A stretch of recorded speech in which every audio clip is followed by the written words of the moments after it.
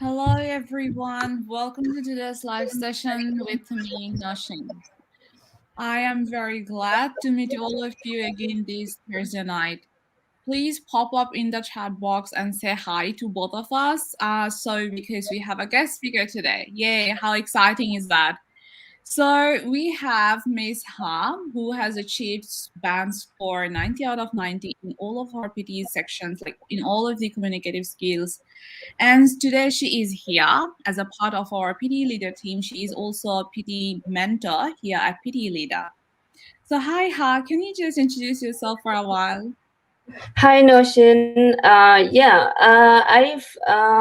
took the PT course. I think a couple weeks back, and yeah, I'm in my final year of college, and so I'm just trying to get everything in place.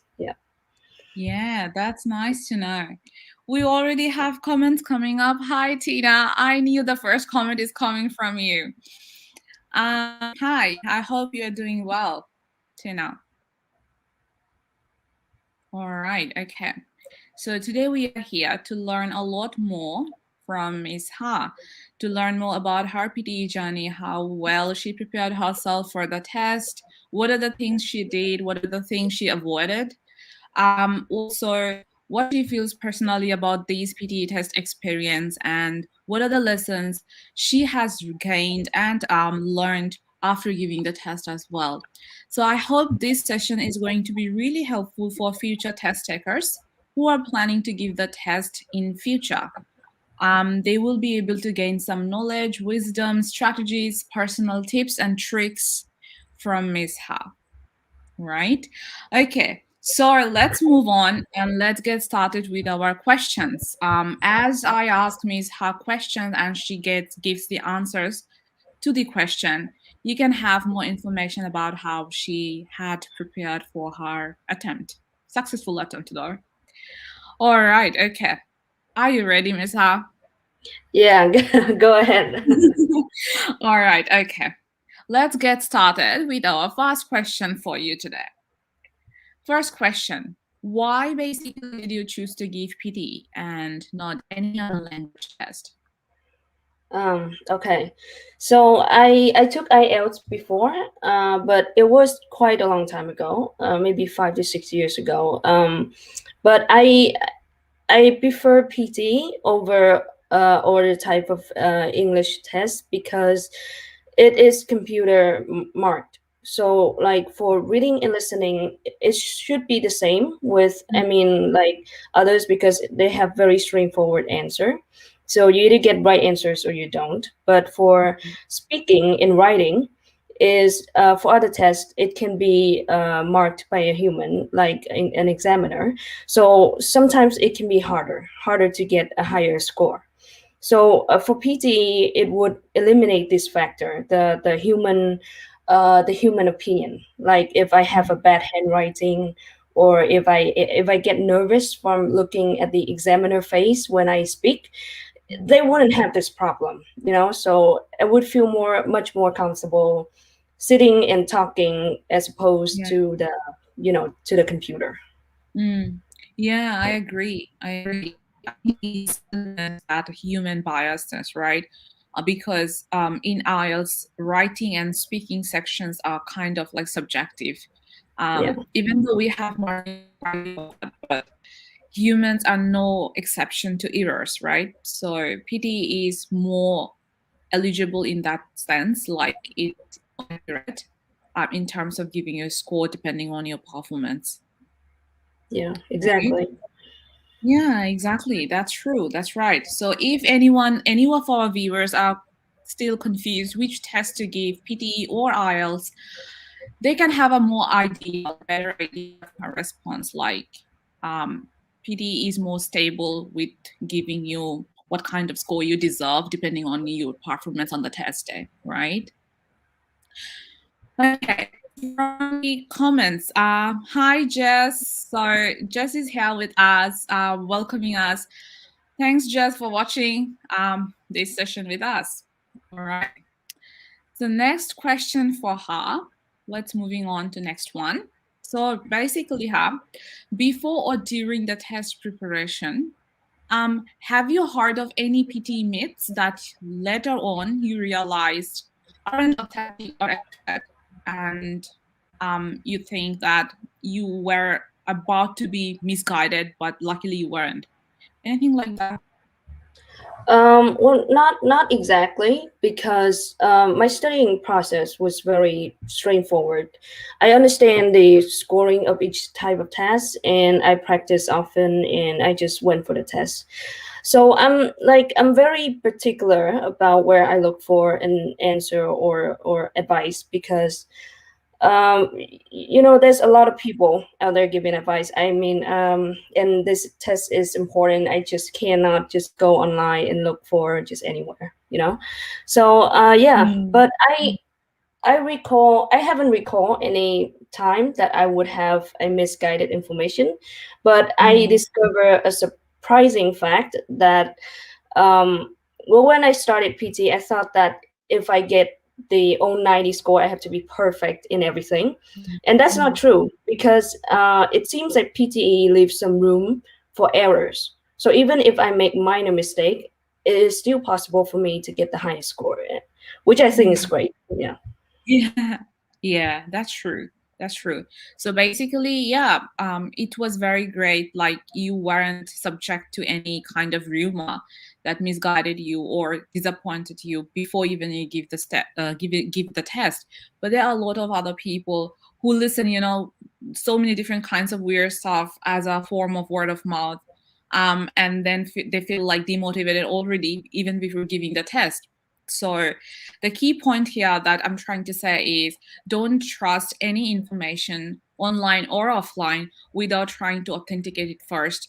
Let's just we have to figure out first if this is true or not, and then trust something. In Ha's case, she actually authenticated the information even before he started to believe in it and act on it, right?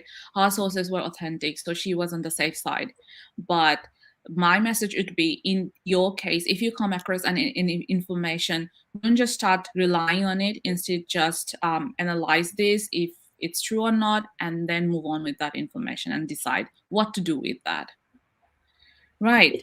So before I move to the next question, let's take some comments from the comment boxes.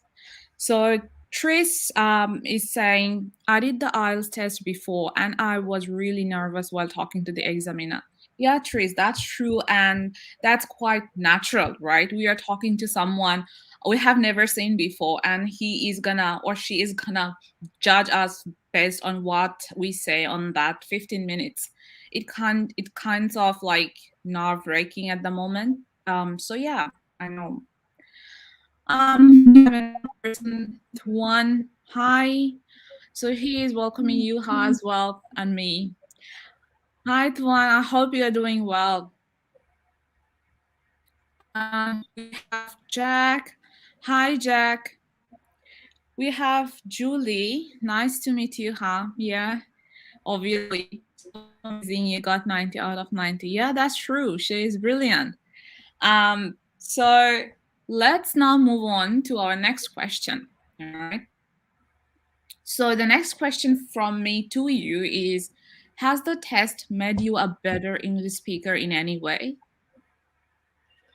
Well, I say that it helped me to focus on the parts that I need improvement on, and it changes the way that I approach learning English, because as opposed like when I first introduced to PTE, I thought like it would be quite similar to IELTS in that it put an emphasis on content and grammar, and that is not always the case with PTE, because like as you know, in the speaking section, the oral fluency sometimes have the highest score, and even higher than content and grammar. So, and I think it makes sense, because the purpose of an English test is to get everybody to be comfortable so they can uh, go to school, go to English school, engage in English speaking conversation. And it makes sense that sometimes that oral fluency is important, is more important than the other aspect, and you just when you're just trying to get your point across, Yeah. so I think that's good. That's one of the things that is different from between PT and other tests as well. And I would say, in addition to that, that it also helped me improve my tone. I would, because like there are sections like read aloud, where you have to have clear pronunciation. So I think everybody who study or practice preparing for the test, they will have to listen to recordings of themselves and try to make adjustment to make everything sounds better than initially, I guess. Yeah, I agree. So when you give the PTE test, it's not only just responding to a set of questions, right? Yeah. You're improving other strategies, you're improving other skills that are definitely gonna impact you in better ways when you are, going for real life scenarios, real life situations. What I feel like, yeah, when you practice for PTE, you're improving your speaking speed, fluency, pronunciation, and how you interact with different prompts. You never know what is coming up. For example, in Describe Image, they just pop you a question as an image, and you just look at it and you start speaking, even though you haven't seen that picture before, right? So I really feel like, yeah, that's true. When you prepare yourself for the test PTE, you are not just sitting for the English test, you are also improving and utilizing all other soft skills that you have around to get a score that you desire. Right, so let's move on with our next question, which is kind of relevant to the question that I have just asked you. So the next question is, what are the soft skills that you must have to develop, to pass the test successfully? So Yeah. soft skill. Well, there are quite there are a number of soft skill that PT requires you to have, but I guess the most challenging one for me would be focusing for a long period of time, Like right now for 3 hours, and later will be maybe shorter, only 2 hours. But when I took the test, it was very hard for me to stay constant focus for that such a long period of time. The next one would be note taking, and then maybe time management, because note taking would be hard because you have sometimes have to listen and take notes at the same time, and you cannot write complete sentence, because if you do, you will let go of a lot of information and maybe run out of time for the preparation part. And so I also have to learn to limit myself to the idea that I would include in the speaking section. Otherwise, it would also affect my time management. And what I came across is sometimes because I would we were required to focus for 3 hours. Sometimes it's inevitable that you space out, like you doing the work, and then you just completely, your mind went blank because you've been focusing for too long. Yeah. And so what happened with one of the tasks that I took was summarize spoken text. And I one part is just I completely blanked. I went completely blanked. I can heard some keywords, and then I have to use my common sense to finish the rest of the paragraph because I missed a portion of the listening section. But Why I think, yeah. Yeah, so why do you think you went blank? Like, what happened? I think it was focusing so intensely for a period of time, and I just got tired. And just my mind just decided to went on a break with yeah. And it happens sometime. It happens when you take a test. So what I would say to people who are about to take the test is, if it happens, don't panic. Just try to use what you have, which is very few keywords. Use what you have and use common sense to try to make it through, and it should be fine. Yeah. Yeah. So yeah, that's true. So we need time management, very important for the whole PTE test.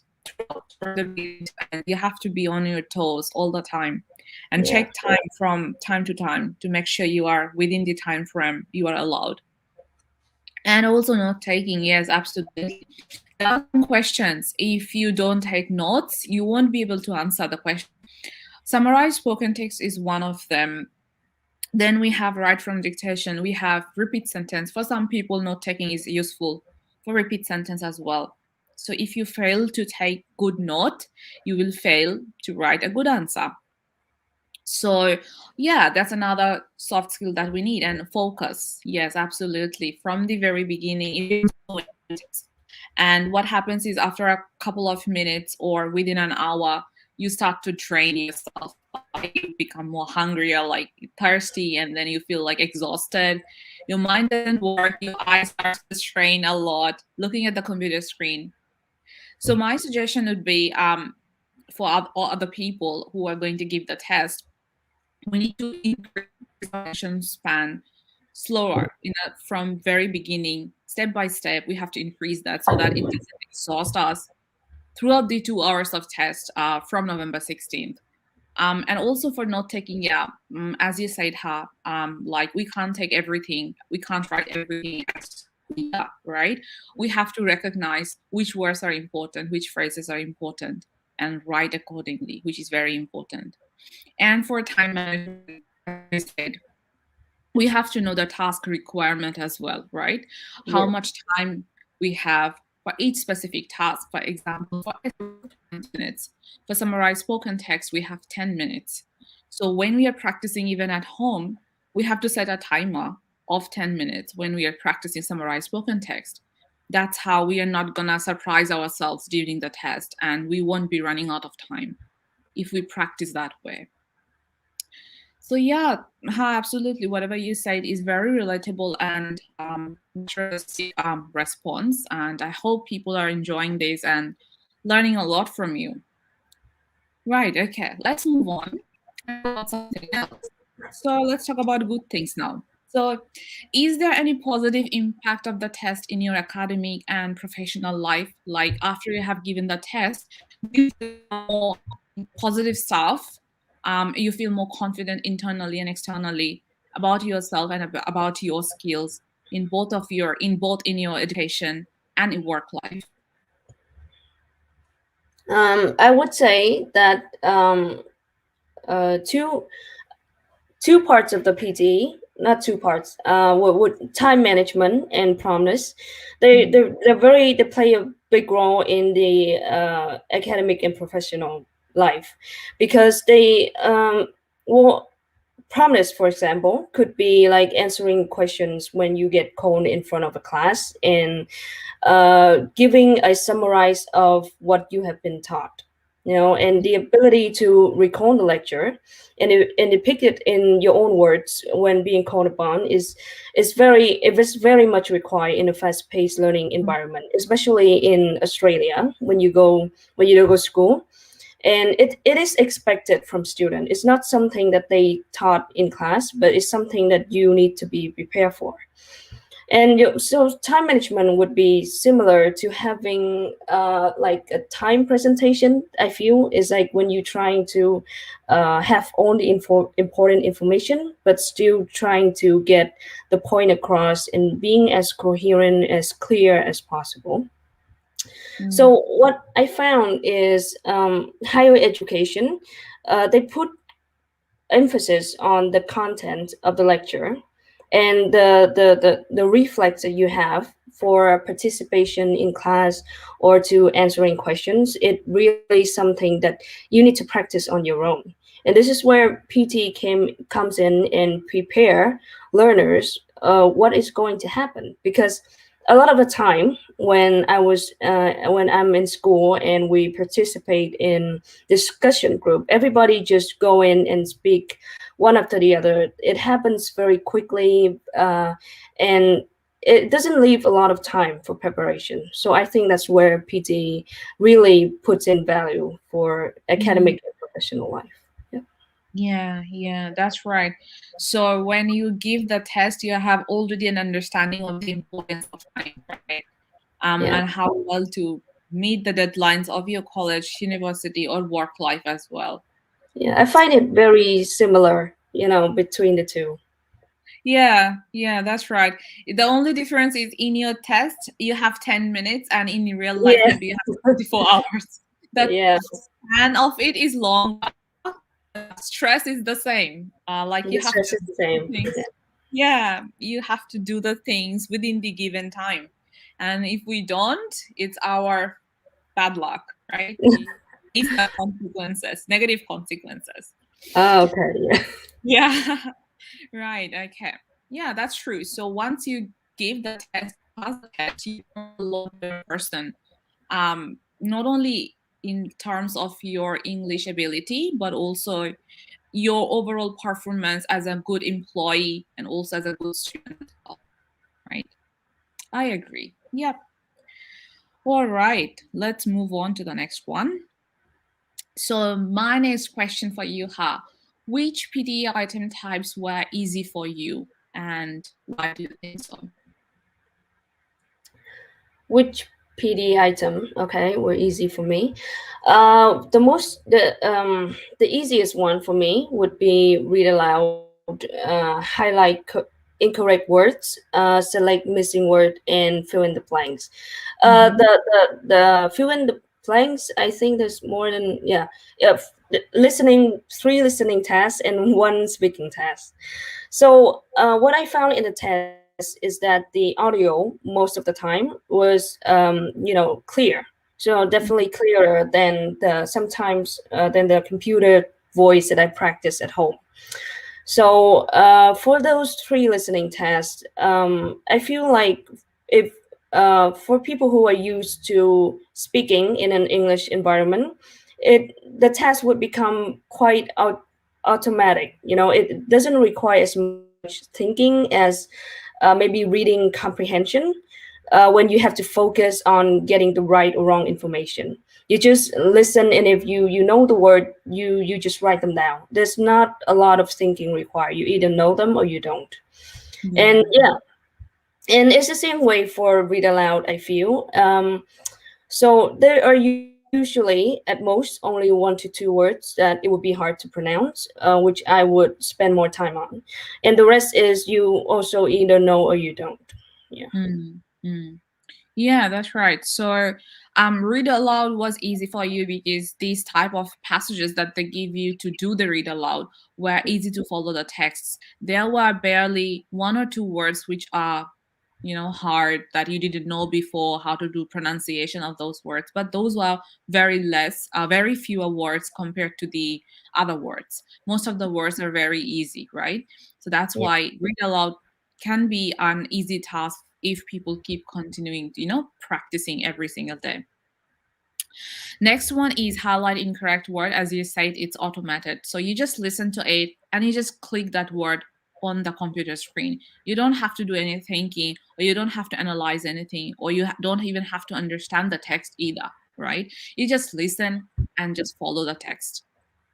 For select missing word, it can be easy for some people if they are very used to the English context, in English culture. The more they listen to English expressions, collocations, phrases, and the better understanding they have about the grammar, it becomes easy for them to understand what word can be missing from the audio clip and which one is more suitable out of all the 4 options they give you.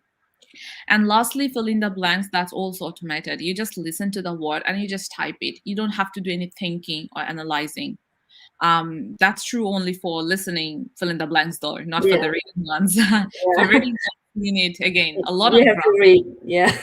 Yeah, we have to read, but Mm. fill in the blanks in the listening section is quite easy to follow. Again, you just have to be very good in understanding what they're saying.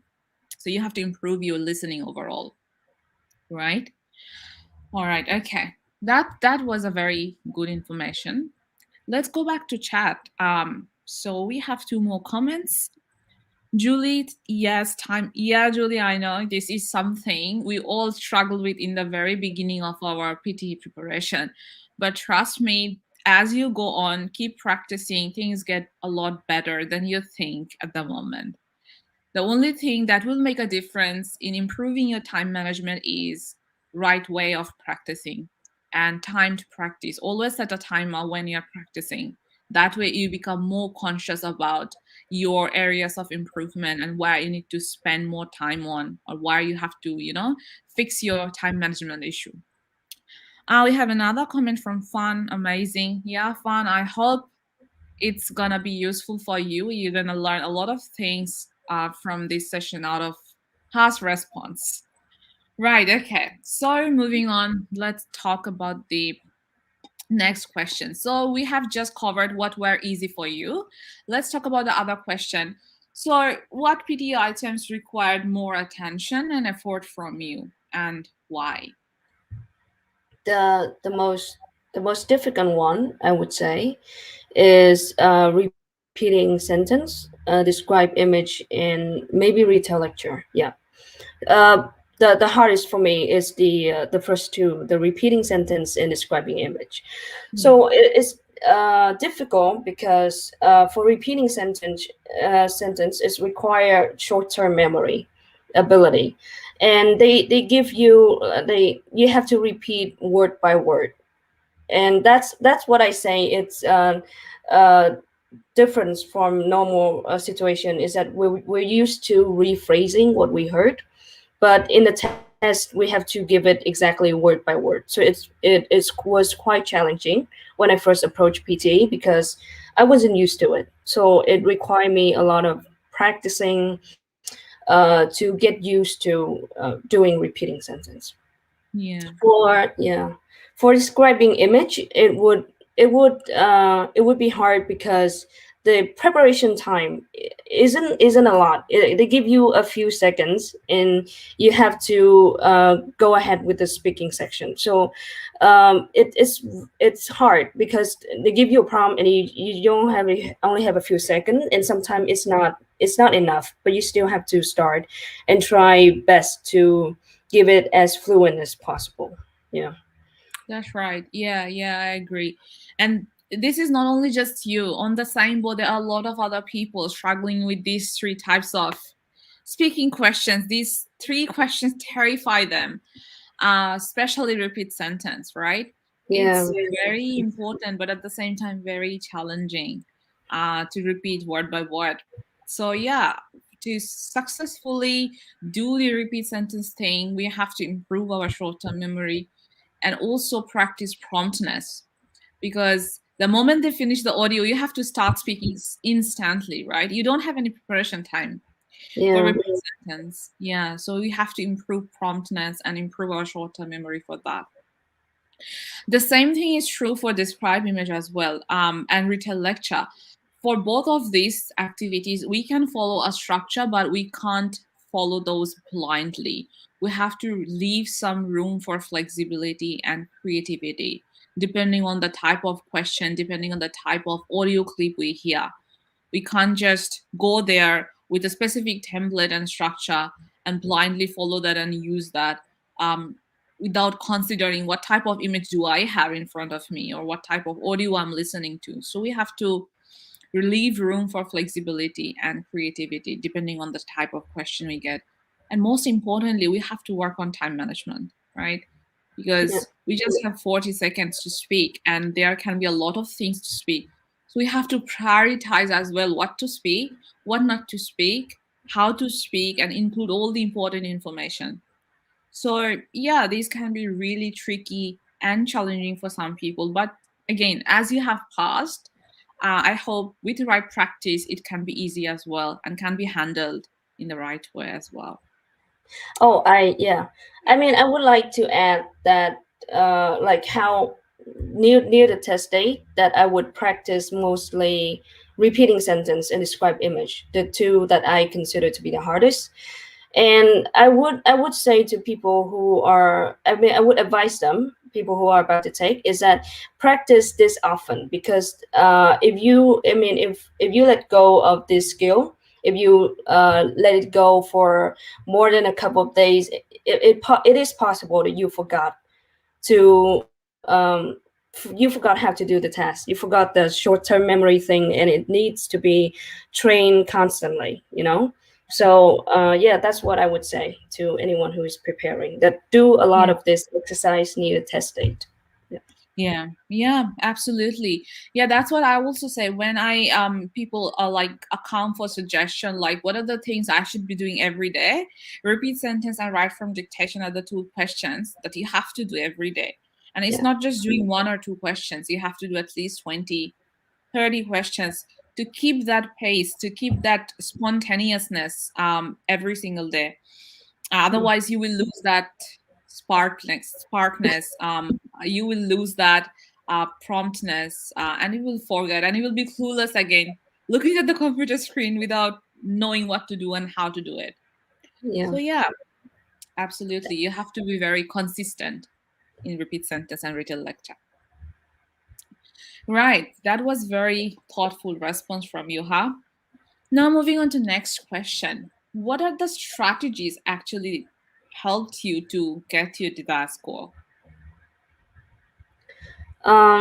Strategies, the most important one for me would be to keep my not get nervous during the test, because for me, testing environment is very it's very, I'm very anxious in a testing environment. And at the PT center, if anyone already took it, would know that it gets very loud at the beginning when there were speaking section. Everybody is trying to speak as loud and clear. So you hear a lot of people talking at the same time with you, and it could throw you off your focus. So Yeah. it was very hard for me to try and stay focused. Yeah. Mm-hmm. Yeah. And yeah, another thing I would say is that understanding which part of the test requires a lot of thinking and concentration, and which part require less of that. So this way, people can plan mental breaks. When you see a task, how much am I going to devote my energy to this task. So you can preserve your energy for those that are more challenging, those that require you to pay attention more. Because if you're gonna if learners like test takers, they're gonna focus intensely for 3 hours, they're gonna break at some point. So Exactly. it's Yeah. important to, divide and conquer, I guess.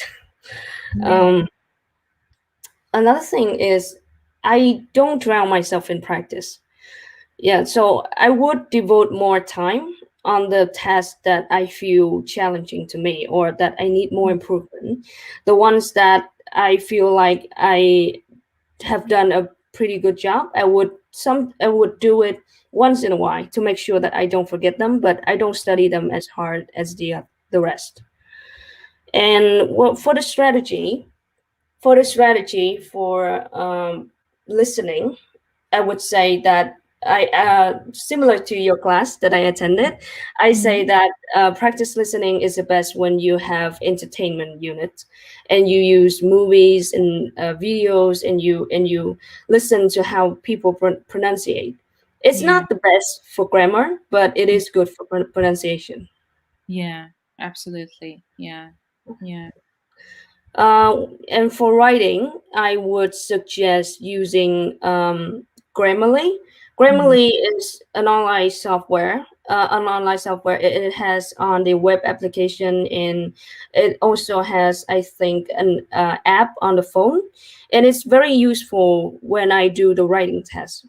So what I would do is I would write on my own time writing, and once I'm finished, I do my own checking of grammars, and after that I put the paragraph into Mm. that software, Grammarly, and it helped me catches the errors that I didn't catch myself. And it is also useful for doing, I say, college assignment as well. Yeah. Yeah. And another thing that I would say, if to help with the writing, is what I do is I keep a journal, an English journal, where I just write random topics, anything Mhm. that comes to mind. I write it down. It helps with the flow of writing, and it helps tremendously if you do it day by day or week by week. I feel like it would improve a lot later on. Mm. You know. Mm. And Yeah. for yeah, Anything what's else? yeah, I would like to say a few more tips on the speaking and reading. We still have enough time, do we? Yeah. Yeah. We have. Just go on. Okay. Yeah. So speaking, I would say that practice a lot. Practice speaking. It would be great if students have a speaking partner. Otherwise, I think it's totally fine to do speaking on your own. Like, uh, Mm. use your favorite movie and do like a reenactment, and they have monologues, and you Mm. just go and you know what you're going to talk, and you just go ahead and run free with the lines, and it helps with the oral fluency a lot, I feel. Yeah. For reading practice, it Mm. would be helpful if they do. It's not like the other skill, because the other skill would requires a lot of no, the other skill you can include entertainment with it, but reading Mhm. require a lot more work. And what I suggest using is use Medium. Medium is like a publishing company, publishing platform, where writers and experts share their expertise and experience about that include a lot of subjects. It could be economics, it could be social issue, and it's very easy to get through, but it also helps you to construct your sentence in a better way. Mhm. Obviously have to follow the right structure, the right grammar, in order to be published. So I think it would be a good introduction to learn more about reading comprehension, or even writing, to use Medium. Yeah. Yeah, that's Wow. it. Yeah. Yeah, yeah, a lot of things that people maybe never thought of before. listening to you. But yeah, some wonderful strategies that anyone can adopt and start practicing. So the first thing I would like to say about like recapitulating everything that you have just said.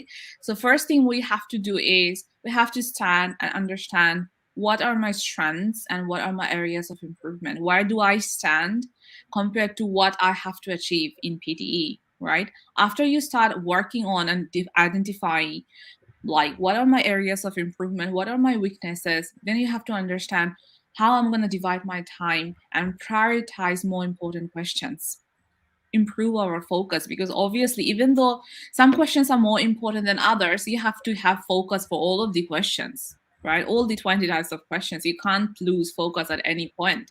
Yep. So that's important. And overall important thing about improving your grammar is Grammarly. That's a very useful resource, I would say. As you said, you can check your writing on the web page.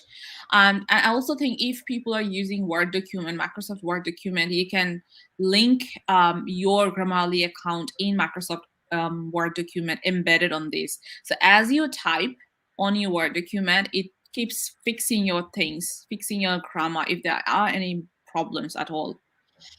So yeah, Grammarly is very useful. And take advantage of all the English resources you have all around you. It can be a song, it can be watching a movie, documentary on YouTube, on Netflix, whatever it is. I would like to suggest take advantage of everything and find something to learn about English.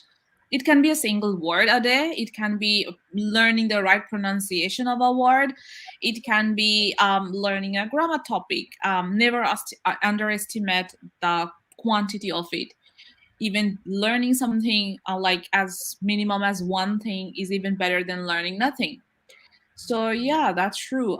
Take advantage of all the resources. And Medium, yes, that's a very fantastic resource. um, um, I remember it's like a written version of TED Talk, right?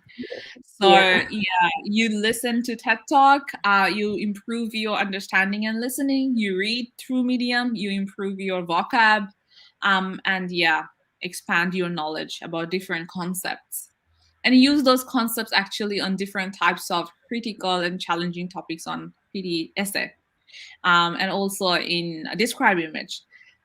So you can use all those knowledge there as well. Right, lots of important things. Thanks for sharing all this stuff with all of us. Let's going back to chat. Julie has commented, I have never heard the Medium. We'll try it. Thanks for info. Yes, absolutely, Julie. Try it out and see if that helps you. So regarding the Medium website, do we need to make an account there to be able to access all the resources? Or is it free? There is a two article free for each month, as I recall. It does require. I don't remember if it requires account or not. But I remember the free user can have two free articles each month. And I remember that during when I came across this, I was really excited about it, that I just signed up for a subscription, and I find it very useful, and I use it. That period of time, I use it almost every day to read up on new information. Yeah. Yeah. And I reckon that improved your overall vocab as well, like knowledge about words and how they Yeah. are used in writing. And Yeah. their writing is a lot cleaner than you would expect. You like in Vietnamese, sometimes the sentence can be a little bit complicated, but in English, when you read what they write, it's very straightforward and it's very clean. And I think that it really helps with my writing as well. Yeah. I think one of the reasons why when people in Vietnam or any other country where English is not the first language, they write something, it becomes really complicated. That's because, from my experience, I have seen it happens because they translate their sentences from their language to English. And when they do this, they fall into the trap of making things very complicated because they don't know first reason behind this is they don't know the exact expression to share what they feel.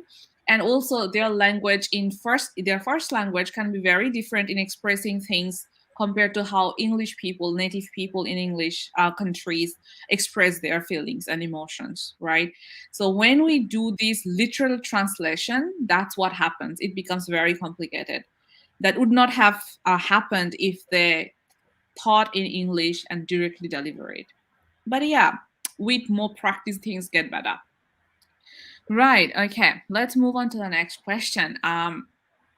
So my next question for you: do you think of the what do you think about the advantages or benefits and the differences between self-study and group study? Do you think there's any kind of difference or more benefits in one than the other one, or it's same?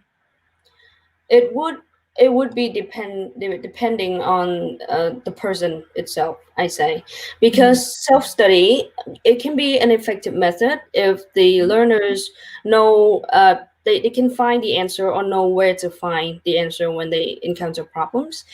But yeah, it requires some more self-discipline, I say, than with study group, and they need to have a sense of judgment compared to the reliable study assistant tool, because it needs to be reliable for you to use them consistently, and generally clear understanding of basic English, like tenses or complex sentence to get a start.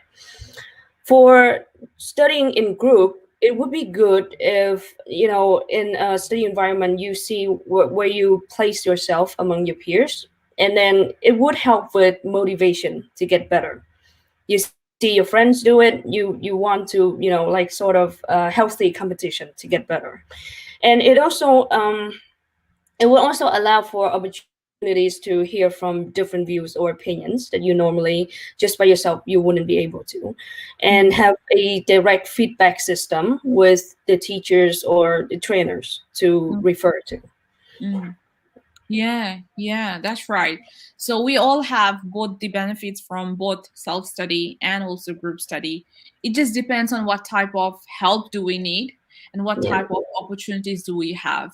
Because sometimes we don't have the luxury of having a group study. Maybe we don't have that many friends around us. So in that case, we have to go with the self-study part, right? So yeah, that's amazing. I think it depends on what kind of things do we need, and go with that. But yeah, when you do group study, it really helps. You can get feedback from your friends as well, along with the trainer, right? Yeah. So that's really helpful. Yeah. All right, that's good. All right, moving on to our next question, which is very interesting. Can you share with us what kind of guidance you think is necessary for all the future PTE students? What kind of guidance? Yeah. Okay. I would say that before embarking on PT journey, or even if you have and you haven't done, you have to do the mock test the first thing. The Yeah. mock test would place the student and tell them which part that they need improvement on. And I would say that to distinguish between self-study and group study is when they look at the answer of the mock test and they cannot figure out why they are wrong, Yeah. or why they have low score, or which part that they need improvement on. So that is when having a support system or a guidance system would be very helpful. Having teachers or having friends to give you feedback. Yeah. Sometimes they would make mistake that they don't realize, but somebody look in and they would immediately see it. So I think that would be helpful. Yeah. And yeah, finding the right source material or having someone teach you, it can shorten the learning journey a lot if it's, because you have more direct feedback than studying by yourself, I say. Yeah. Yeah. That's right. So we just have to find out correct resources that can Yeah. help us with our practice. We Mm. also need someone beside us. It can be someone who is better in English or can be someone expert in PTE. Mm. To help us giving feedback what we are doing right, what we are doing wrong, and how to do it, how to fix it. And also sitting for mock tests just to see at what level we are up to the point, how well we are doing with everything going on, and current, right? So yeah, that's true. That's right. All right, let's move on to the next question. So, as per your personal experience, is PTE all about English knowledge, or there is more to it to pass the test successfully? Well, I think that it's hard to say that it would only take someone a certain amount of time, study intensively, and get a very high score. Sure, I mean they can pass, but to get a high score, they require a lot of a level of comfortable level of comfort to the language itself. And what I would usually give advice for people who ask how to improve English, I wouldn't say that it require a short amount of time studying intensively. I say treat the language as a lifelong journey and try to integrate yourself and surround yourself with English. So what would happen is some English speaker or English as a secondary language. Some people are better than the others because they know how to pick up slang, they know how to pick up saying or idioms, and that doesn't require textbook. Not a lot of textbook include that, but they require cultural appreciation, that why to have an understanding why some words is appropriate to use in some circumstance and some are not, so that's where it comes in with movies and videos to understand what their culture is about and how to use certain words. That's right. That's right. Yeah. So it's not only about having grammar knowledge or vocab knowledge. There is more to it to get a very good score. Maybe you can pass like 50 plus with only the English knowledge of how things work in English grammar and mechanical stuff. But when you are aiming for a higher score, you need to integrate a lot of other things associated with the culture of English. You need to immerse yourself with the culture and know how native speakers speak, interact with each other. Maybe that's not directly relatable to the PTE questions, but that changes and modifies your body language and how you deal with different situations and questions. And that also helps to some extent in passing the test with your desired score. Right? So, absolutely, that's right. We have to have that determination, willingness, adaptability, flexibility, and also the ability to immerse in the English culture, so that we understand what we are supposed to do in during the test situation. That's right. All right. Okay. So let's talk about another important thing which is kind of missing in some people's preparation, which is feedback. So in your opinion, what are the roles of getting constructive feedback and attempting mock tests before setting for the test? Do you really think these two things, this feedback and mock test, are important for preparation? Definitely, because what I see is some people they practice each test individually, and they think that coming to the test they can just combine everything, and that's not how it works. I think a very accurate very accurate way to prepare yourself is to practice with mock tests. Yeah. Practice it often, but maybe not at the week of the test, because I feel like all the heavy lifting should be due at the beginning up to the second week, and then the final week they can leave some room to relax and prepare themselves for the test. And yeah, it's the same for what critical review, feedback, criticism. It's a part of improvement. Yeah, you gotta have it, and sometimes you just need maybe a friend to have a second opinion. Yeah. Yeah. And Yeah. what I Mhm. yeah what I would Go like to on. add is that sometimes it would be helpful to maybe leave the writing, finish everything, finish their own criticism, and then after a while just go back and criticize their own writing. I would do that, and I would try to find a better way to phrase my wording. And after time, I feel like it's a subtle improvement, but it's very necessary to improve your writing skill. Mm. Yeah, this one I really like. Self-analysis, self-evaluation, right? It's not just getting feedback from someone outside. It's also giving feedback and opinion to your past self, like what were you doing last 2 3 months ago, maybe, for example, and how far you have come through progress, through practicing the right resources, and then going back to that version of you that you have left 3 months ago and realizing what type of silly mistakes we were doing, right? We have that kind of reaction. Oh my god, seriously, I made this mistake? How can I do that? We just become we feel very weird about it, like we were making this thing, that thing, and then we realize we become more grateful, like how important it is to have incremental improvement, slowly and gradually going towards the destination. It at the moment it may feel like no, we are not making a very big deal out of it, but when we look back and check our past performance, that's when we realize how far we have come and how much we have learned through the process. Yeah, that's true. So feedback from myself to me, from me to myself is important. From trainers to me is very important, and also mock test is also important to check through what are still my areas of improvement, where I need to work on, and what I'm doing very well, so that I become confident about my performance. Absolutely, that's right. So both of the things, constructive feedback and attempting mock tests, are definitely very important for your PTE preparation, right? Okay, so let's talk about the last question for tonight. We are almost at the end of this session, and we have already done so much. We have already shared so much information, very helpful for the future test takers. Let's get done with the last question. So, any final advice for future test takers?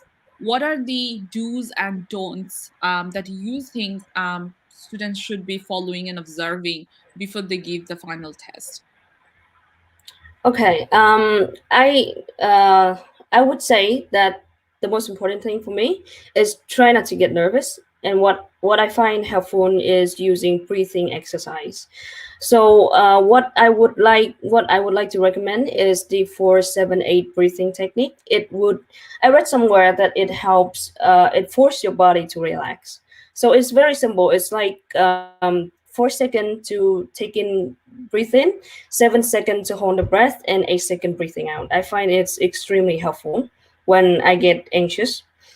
My second advice would be to not practice the mock test within 2 or 3 days of the test day minimum, because I find that it's very important to preserve that energy for a sorry extension That's all period. right. Yeah. Yeah, and because when you practice too much, it is possible that the comprehension ability and critical thinking is reduced, and that's what nobody wants near their test date. Mm. I would say that use structure as prompts, but don't study by heart. It's very important because sometimes I find that students use structure and it limit their thinking. It's like it box them in and they cannot get out of that structure. So it's very important to use structure as something flexible, as only a prompt for them to come up with idea, but not to limit their idea. Mm. Yeah. Um, a few more that I would like to say is don't complicate the writing essay. Try to keep it simple. Try to stick with the easy to develop idea. It would be much easier for yourself and on time management as well. Yeah. Don't bring up controversial subject. I mean, this is my personal advice because sometimes that if you bring up controversial, it's fine, but it feels like a challenge to yourself, which you don't really need there in test time. Mm. And practice repeating sentence and describe image frequently approaching the test day. And then finally, be very mindful of the kind of studying tips or studying strategy that works for other people and it might not work for you, because you need to find the right spot for you that fits with the right your own strength and your own weaknesses. Yeah, absolutely. Yeah, that's right. So we shouldn't just listen to something or someone's advice and jump into it. without realizing if it will work for me or not, because we all are individually different. We all have our own strengths and areas of improvement, and so we need to work around that instead of just trying to forcefully do things that doesn't work out for us. So yeah, do what best works for you, do what suits you and you like, and you enjoy doing. That's what we should be doing. And also another important thing, yeah, don't panic.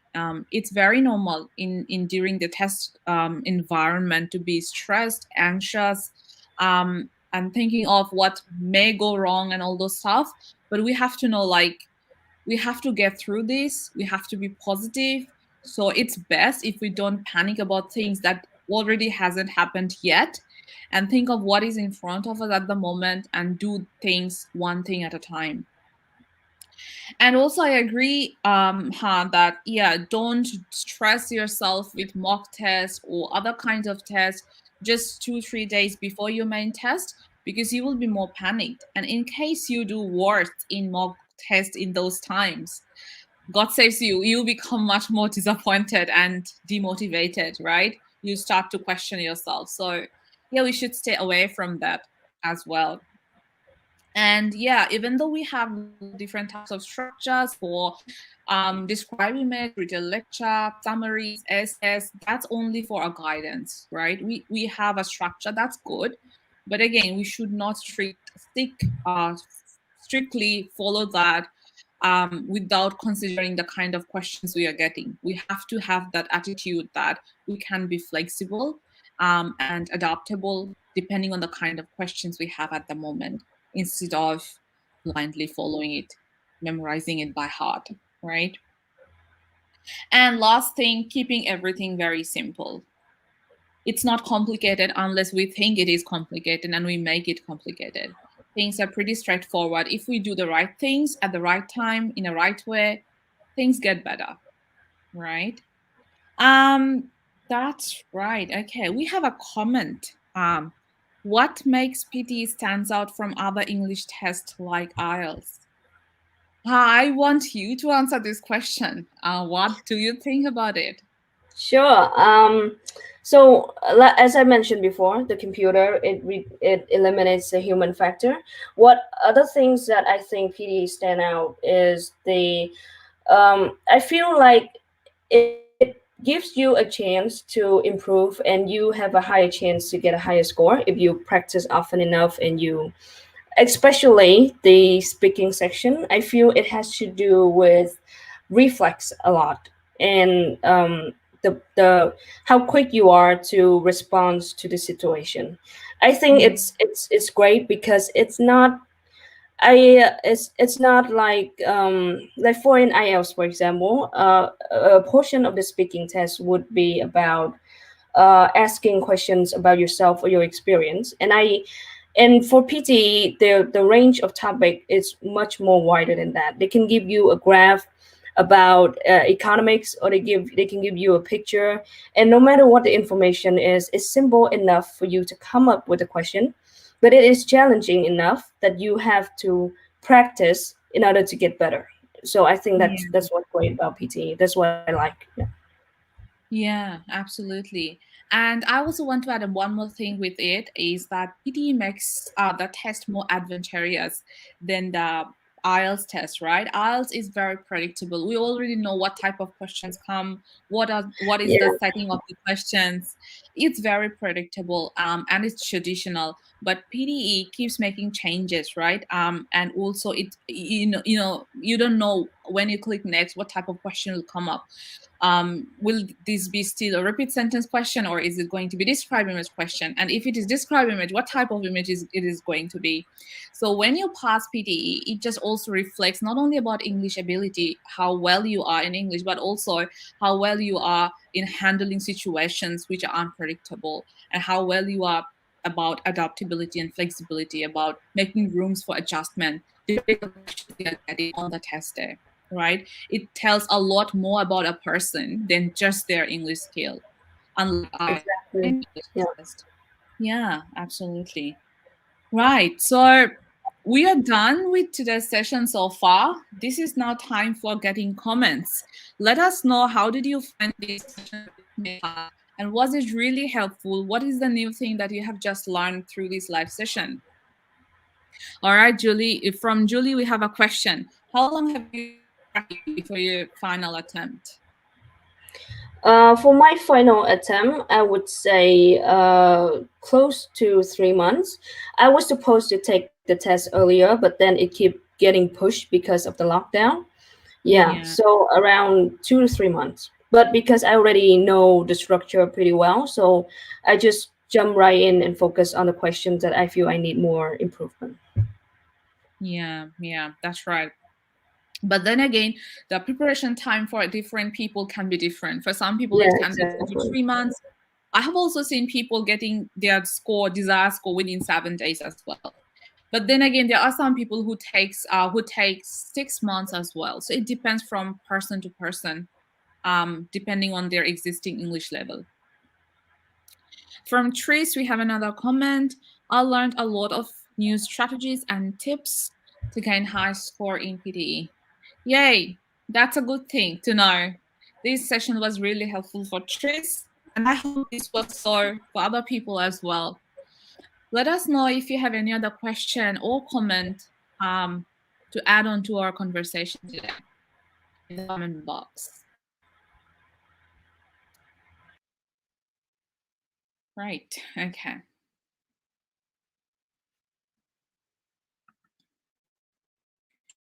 All right, so since we don't have any other comments or concerns so far at the moment, I would really like to end today's conversation here. So feel free to join our next live session next week. And also at the same time, if you have any question or concern, just connect with our admin team. Also, if you're a current student of PTE Leader, you can contact and join our Saturday session as well here at PTE Leader to come up with your questions and comments, right? And yeah, since we don't have any other comments so far at the point, maybe we can end the session here. And it was really our pleasure to have you here. Thankful that you made some time out of your busy schedule to give us some of your ideas and suggestions. Really help you to pass your test. I hope these sessions, these advice people will take and they will be able to pass their test as well. Thank you for having Julie, me. Yeah, no I had a good time chatting with you. Yeah. And also from Julie in the comment, thanks Noshin and Ha for your tips. From Tris, good night Noshin and Ha. Yeah, we are also wishing a good night to all of our viewers tonight, right? Any last thing that you want to say, Ha? Before we end? No, I think I pretty much I said a lot, covered. Yeah, I just say we would like to say good luck to all of you who are about to take the test. Just try your best and don't worry too much. Yeah, absolutely. Don't worry too much. We have like all the things prepared for you in case you need our help, right, Ha? Exactly. Yeah, all right then. Let's end, and I'll see you next week, Thursday, same time, same platform. Till then, stay safe, stay healthy. Bye, everyone.